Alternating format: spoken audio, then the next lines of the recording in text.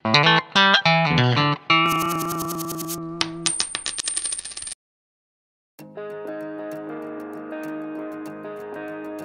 Sobat Trader dimanapun Anda berada. Pada video sebelumnya, saya telah menyinggung beberapa poin terkait support dan resistance. Support dan resistance tidak hanya berlaku ketika harga saham bergerak mendatar, tapi juga ketika harga saham bergerak secara konsisten, dengan arah yang jelas, baik itu harganya naik ataupun turun. Pergerakan harga yang konsisten ini disebut tren. Kita mengenal ada dua tren dalam saham, ada uptrend dan downtrend. Uptrend atau tren naik terjadi ketika harga saham membentuk serangkaian, kita sebut higher lows dan higher highs. Kita bisa lihat di sini, harga saham semakin menanjak, terjadi rally berbulan-bulan lamanya. Cara menggambarkan garis support untuk uptrend, kita tarik garis trend line di sisi bawah grafik saham. Ketika harga saham ternyata pullback dari trend line-nya, situasi semacam ini menandakan kesempatan beli bagi trader. Ketika harganya breakdown dari garis supportnya, maka kita akan cabut dari posisi trading kita. Alasannya adalah, garis support diperkirakan telah patah. Sementara itu, downtrend terdiri atas pergerakan harga saham yang membentuk serangkaian lower high dan lower low. Kita bisa lihat di sini, harga saham semakin merosot. Pada downtrend, kita tarik garis trend line di sisi atas grafik saham. Pada situasi ini, tren diperlakukan sebagai resisten. Ketika harga break resistance-nya, maka ini menjadi sinyal bagi para short trader untuk exit dari posisi. Short trading memang tidak begitu populer di Indonesia. Tapi, di bursa saham luar negeri, seperti Amerika Serikat misalnya, banyak sekali trader yang melakukan short trading.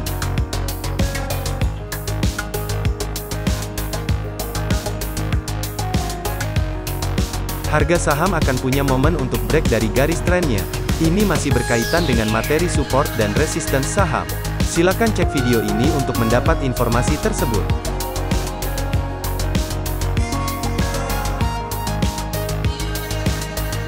Namun kadang-kadang, harga saham akan bergerak menyusuri trend line, untuk kemudian balik lagi ke posisi awalnya. Koreksi minor semacam itu tidak bisa kita sebut patah tren. Biasanya kita sebut hal semacam ini sebagai false break. Untuk mengenali sahamnya betul-betul tembus resistennya, saya biasanya menunggu 3 candles serta melihat konfirmasi dari indikator-indikator teknikal lainnya.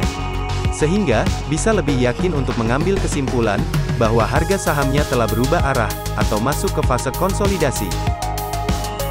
Cara lain untuk menentukan apakah suatu tren telah patah adalah, kita observasi pergerakan harga pada time frame yang lebih pendek. Anda keliru jika berpikir setelah break trend line, maka sahamnya langsung pindah arah tren. Seringkali pergerakan harga akan menjadi sideways selama beberapa waktu. Kondisi semacam ini disebut fase konsolidasi. Fase ini kadang-kadang menjadi indikator bahwa mulai terjadi akumulasi beli oleh beberapa pihak. Menurut teori bandarmologi, pada fase konsolidasi, harga saham sengaja ditahan untuk tidak naik terlalu tinggi, sehingga para bandar dapat mengumpulkan saham di harga rendah. Kembali ke analisa tren, fase konsolidasi ini memperlihatkan garis support dan resistance yang cenderung horizontal, atau mendatar.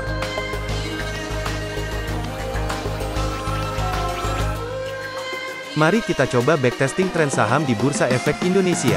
Biasanya, saya menggunakan pendekatan top-down. Saya pakai candlestick bulanan, terlebih dahulu.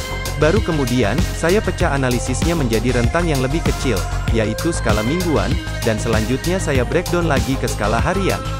Pada dasarnya, tren pada skala bulanan dianggap lebih kuat, lebih tahan lama, lebih sustainable, dibandingkan tren mingguan atau harian.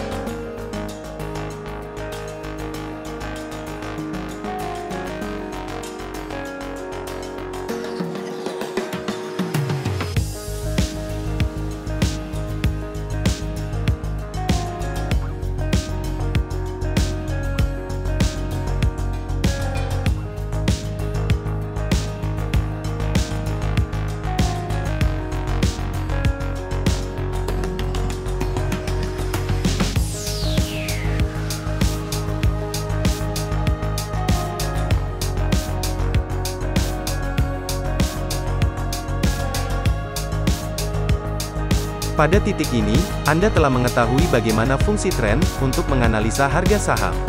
Analisa tren berperan penting dan menjadi fondasi besar dalam analisa teknikal. Jadi, pastikan Anda rajin untuk melakukan backtesting. Practice makes perfect. Sekian ulasan analisa teknikal dari saya. Subscribe channel ini untuk selalu mendapatkan wawasan baru tentang investasi. Stay healthy and happy investing.